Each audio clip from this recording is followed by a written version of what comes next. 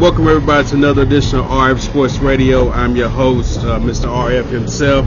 Joined by myself today, man, Royce. Happy birthday to my dad, Royce, man. It's his birthday today.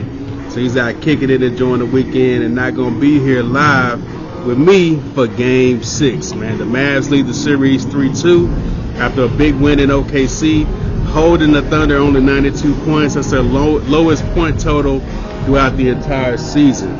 And it's been their defense, it's been their calling card. Luka had a breakout game, had a triple-double in OKC. And if you guys got a chance to watch the press conference after the game, you heard Luka talk about how he just kind of calmed down, started having fun playing basketball. He wasn't really worried about the refs as much, and it all kind of worked out for him. So hopefully for this game, that similar talk has been had in the locker room. The guys going to kind of rally together, keep him calm, and keep him focused. Kyrie didn't have the best game, but I'm anticipating for Game 6 him to have a breakout game. He's really undefeated in closeout games throughout his playoff career. I think 13-0 or something like that. So this is going to be interesting to see what he does this game. He is a clutch performer. We know that. We've seen him perform in clutch situations, so I don't expect Game 6 to be really any different. But OKC Thunder, they've done a good job getting to this point, but I think we can all pretty much agree that the Mavs overall are just a better team. They've had some flashes. They did win 2 games. They won a game here. They really the Mavs that get away. But I think we all can kind of see that the Mavs are the best team. Now, with that being said, they still got to play the game.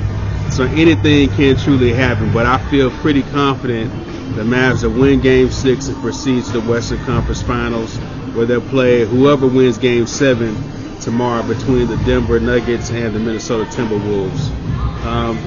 The defense, let me talk about that for a second. So when this team first started this year, there was no such thing as defense on the team. I mean, basically they had to outscore their opponents. They would let people score 120, 130 on them at times. And then with that trade mid-season, bringing in those more athletic wings, now we've seen the defense really take shape. We've even seen Luka play better defense now. And I think if the Mavs can continue to play defense like they have for the series and the series before with the Clippers, they can continue that defense. Tonight should be a good win for them. What they got to do initially is come out very, very strong.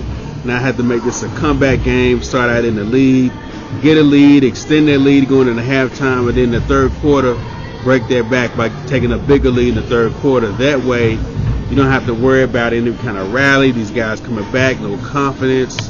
Because for a young team, when you give them any kind of confidence in a closeout game and let them rally, the momentum will definitely shift. Now, if we have to go to a Game 7 in OKC, that's going to be tough. That's going to be more tougher for the young guys we have on our team that haven't had that Game 7 experience before.